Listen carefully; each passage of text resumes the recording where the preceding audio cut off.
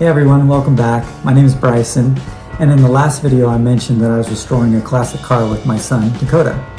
Hi guys. So Dakota, how old are you? I'm currently 12. Alright, and how long ago did we start working on the car and how old were you then? We started working on the car about 1 year ago when I was 10, almost 11. Alright, and what was our goal with working on this car? We would do at least one thing a week on the car. Alright, and how did we divide up the work? We'd each do one half. I would do the passenger side, and he would do the driver's side. Right. But the thing is, we're not mechanics, and so we didn't really know where to start on the car. So I invited my aunt and uncle, the same uncle that came and looked at the Dart with me to begin with. They came out to our home and looked at the car and all the extra parts that we had. And Dakota, where did they say we should start? They said to start on the front suspension and brakes. Right, and my aunt says to me, well, you're gonna need a pickle fork.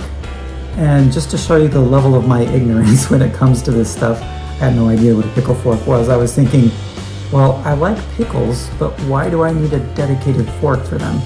Turns out it's an actual tool that's used to separate ball joints for suspension. With that in mind, we've been learning a lot along the road as we've been working on this car. We've been researching online, looking at other YouTube videos. I got a repair manual, asking my aunt and uncle. So those are a lot of the different ways we've learned how to work on this car. So Dakota, tell them about what we're going to look at today. We're going to look at disassembling the front suspension and brakes. All right, let's get to it. All right, so we're out working on the Dodge Dart again. And earlier this week, we worked on the brakes and suspension for the passenger side of the Dart. So today we're going to do the driver's side, and we're going to video everything that we do along the way just to document and make sure when we put it back together, it goes back the right way. So here goes.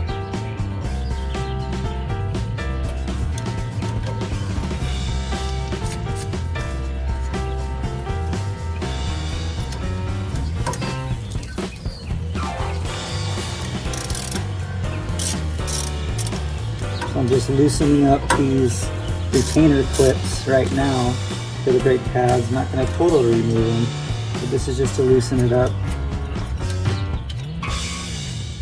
And on the back side, this is where it gets a little more complicated. This caliper has two 5/8 size bolts on the top and the bottom. The bottom one's a little hard to get to, and sometimes it takes a little extra leverage to get in there and move it, but we'll see what we can do.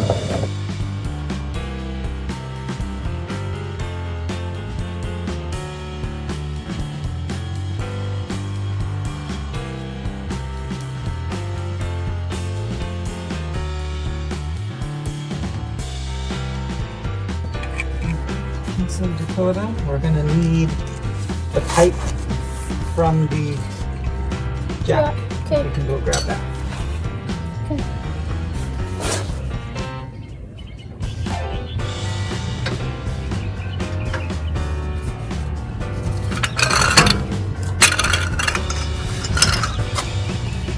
Okay, lift.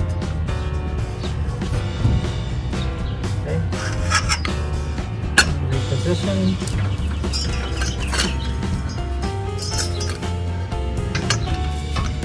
Okay, lift.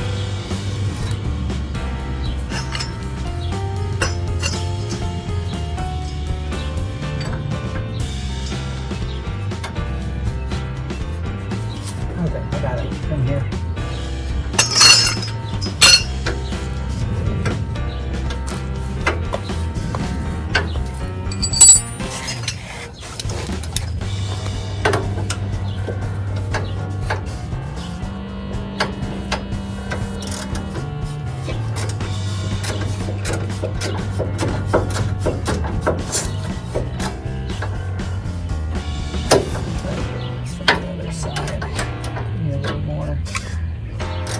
Nope. Let's deal with what we have.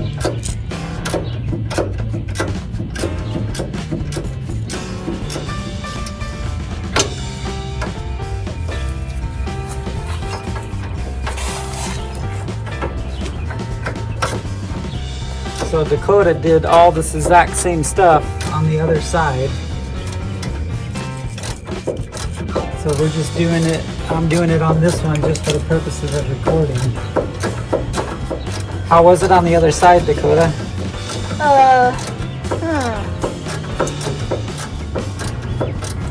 Easier or harder than you thought? It was easier. Well, it was kind of both. Like, some parts were pretty easy.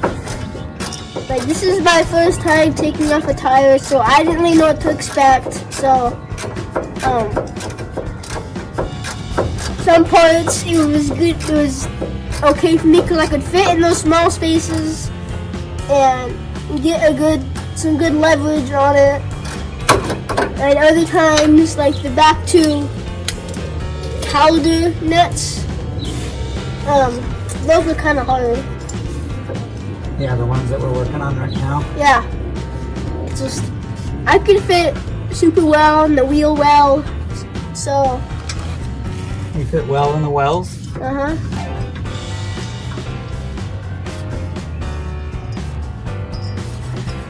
Afterwards, I just got I was super greasy.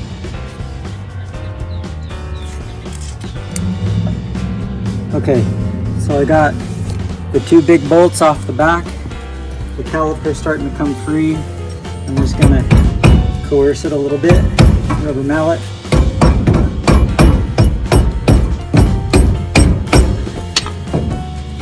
The good thing about these calipers is that many of these cars came with drum brakes in the front. This car actually came with disc brakes.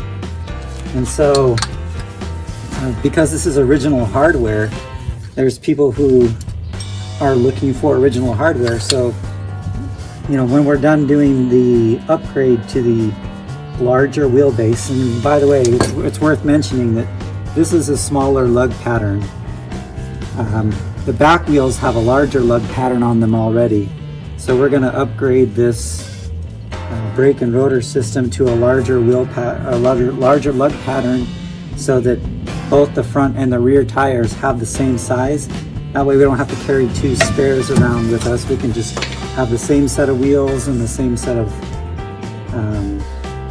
tires on all four wheels. Okay, got the grease cap off.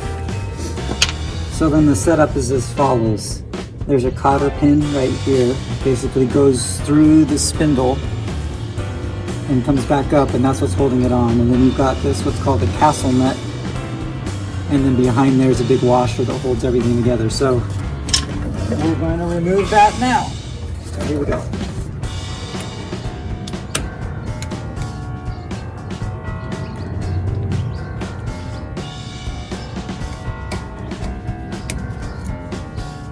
Cotter pin,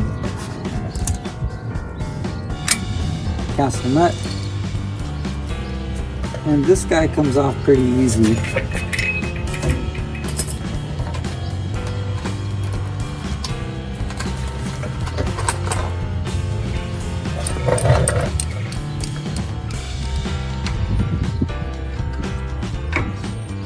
So the reason that it's not on there super tight is because if you tighten it too much, the rotor won't spin.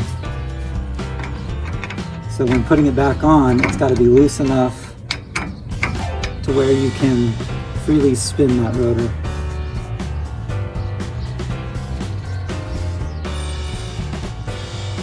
And we're going to clean all this off too, by the way. All the grease and everything, we're going to clean them up nice and see what we can reuse. Cotter pins though, these we're not going to reuse. We'll get new ones.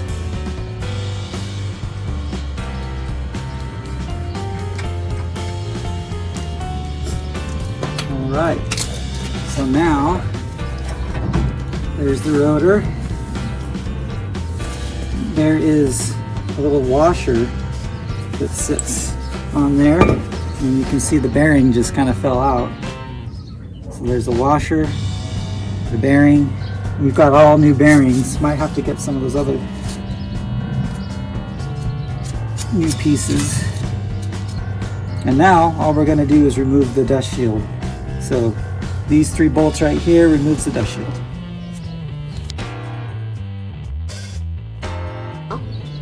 Alright, so we've got it all off now. We got our spindle here. So what we're going to do is clean everything up in here. Then what we'll do is we use this tool called a pickle fork. It looks like a fork with two tines, and it's going to separate the upper ball joint and the lower ball joint from the spindle so that we can remove that.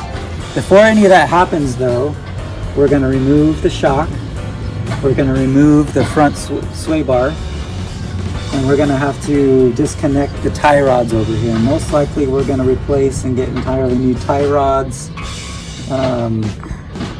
You may just paint that strut bar, but I've got a different spindle that takes a larger disc brake and a different set of upper and lower control arms. Here's the lower control arm, the upper control arm.